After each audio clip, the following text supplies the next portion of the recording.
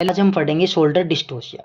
Shoulder dystocia क्या होता है? Shoulder does not deliver within 1 minute of delivery of the fetal head. देखो normal cases में क्या होता है, जो बच्चा होता है, जो बेबी होता है, वो क्या होता है, सिफेलिक पोजीशन में होता है। और जब वो सिफेलिक पोजीशन में होता है तो डिलीवरी के टाइम जो होता है वो उसका जो हेड होता है वो सबसे पहले डिलीवर होता है, फिर उसके 1 मिनट के अंदर अंदर क्या हो जाता है, शोल्डर्स डिलीवर होते हैं।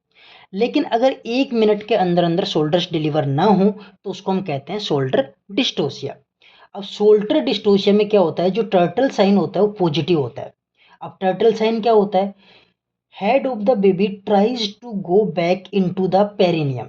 देखो जो बेबी हेड होता है, अब देखो शोल्डर्स डिलीवर नहीं हो रहे तो ये जो बेबी का जो हेड होता है वो कोशिश करता है वापस पेरिनियम के अंदर जाने की, क्योंकि जो शोल्डर्स है वो यहाँ स्टक हो गए प्यूबिक सिम्फाइसिस के पीछे। तो ये जो शोल्डर्स स्टक होने की वजह से क्या होता है, ये जो हेड होता है वो बैक पेरिनियम के अंदर जाने की कोशिश करता है, तो उसको हम क्या कहते हैं, टर्टल साइन। अब बात करते हैं मैनेजमेंट की। तो जो शोल्डर डिस्टोशिया का जो मैनेजमेंट होता है वो स्टेप बाय स्टेप होता है। मीन्स हम एक स्टेप पूरा करेंगे फिर नेक्स्ट स्टेप में जाएंगे। तो देखो इसमें जो क्वेश्चन भी आते हैं एफएमजी वगैरह में, तो इसमें ऐसे ही आते हैं कि जैसे 2 स्टेप दे दिया फिर पूछेगा नेक्स्ट स्टेप अपन क्या करेंगे। तो ये ध्यान रखना है, अपन स्टेप वाइज मैनेजमेंट होता है इसका। तो हम हेल्पर की मदद से इसको याद रखेंगे, ठीक है। अब हेल्पर की मदद से, जैसे एच का मतलब क्या होता है, एच का मतलब होता है कॉल फॉर हेल्प। तो जो भी वहाँ पे जूनियर रेजिडेंट होंगे या नर्सिंग स्टाफ होगा तो उनको हम क्या करेंगे, कॉल करेंगे, उनको हम कॉल करेंगे हेल्प के लिए।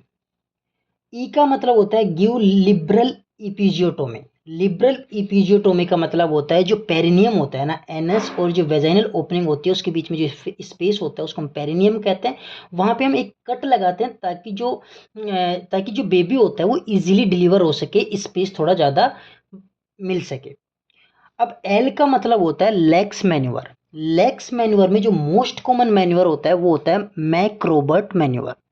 अब मैक्रोबर्ट मैन्यूअर क्या होता है, ये ऐसा मैन्यूअर है जो सबसे पहले करते हैं अपन शोल्डर डिस्टोशिया में। सबसे पहला मैन्यूअर कौन सा करते हैं अपन, मैक्रोबर्ट मैन्यूअर करते हैं। और ये मोस्ट इफेक्टिव भी होता है। मोस्ट इफेक्टिव क्यों क्यों होता है कि जब ये अपन करते हैं तो मोस्टली केसेस में क्या होता है, बेबी डिलीवर हो जाता है, ठीक है। अब हम समझते हैं मैक्रोबर्ट मैन्यूअर होता क्या है। मैक्रोबर्ट मैन्यूअर में क्या होता है, जो flexion legs against abdomen and abduct them.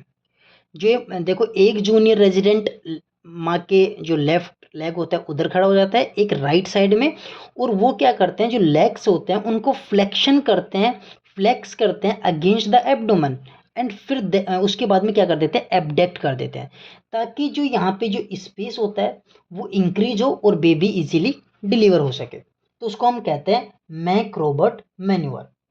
मैक्रोबर्ट manure में क्या हुआ, स्ट्रेंथनिंग ऑफ सैक्रम, सैक्रम को स्ट्रेंथ मिलती है जिससे जो अवेलेबल स्पेस है वो इंक्रीज होता है। जो यहाँ पे अवेलेबल स्पेस होता है वो क्या होता है, इंक्रीज होता है।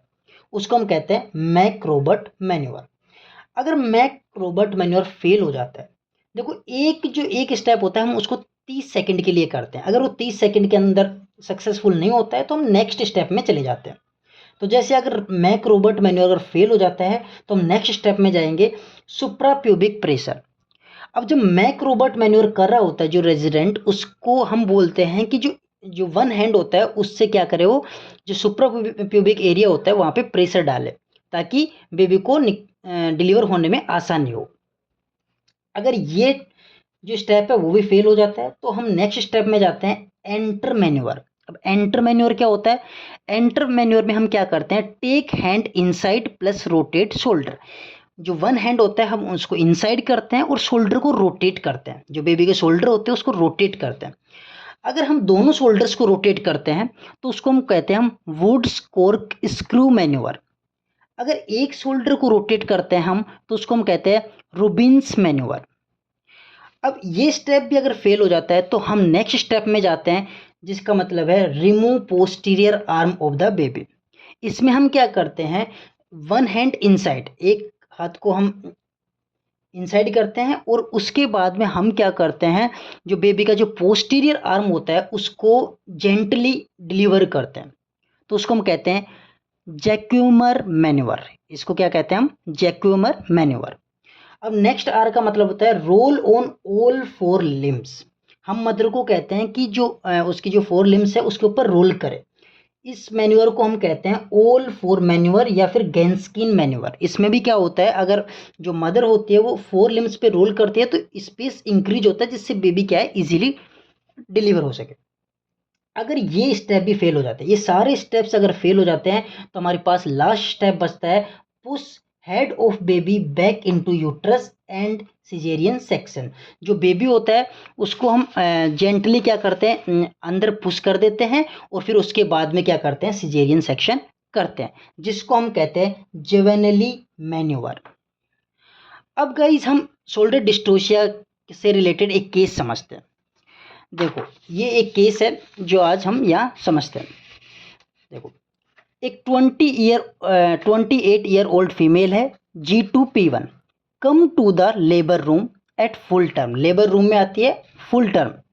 सी हैज़ ए हिस्ट्री ऑफ, उसके किसकी हिस्ट्री है, गैस्ट्रेशनल डायबिटीज़ थी उसके पहले।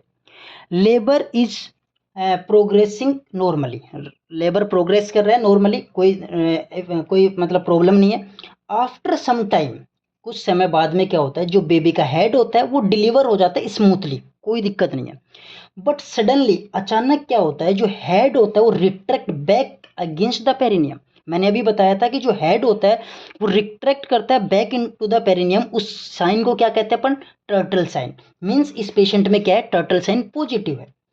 अब the doctor tries gentle retraction, gentle retract करने की कोशिश करता है doctor, but the shoulders are stuck, shoulder stuck हो जाते हैं, डिलीवर नहीं होता बेबी। तो नो फर्दर प्रोग्रेस, बेबी का फर्दर प्रोग्रेस नहीं होता। तो अब इसका मोस्ट कॉमन डायग्नोसिस क्या है, देखो turtle sign positive, most common diagnosis क्या हो जाएगा इस केस का, क्या हो जाएगा, शोल्डर डिस्टोसिया। तो आज के लिए गाइस इतना ही, हम मिलते हैं नेक्स्ट वीडियो में। अगर आपको ऐसी वीडियो चाहिए और टॉपिक्स के ऊपर, आप हमारी वीडियोस को पसंद करते हैं तो प्लीज़ चैनल को सब्सक्राइब करें, लाइक करें एंड कमेंट करें। Thank you.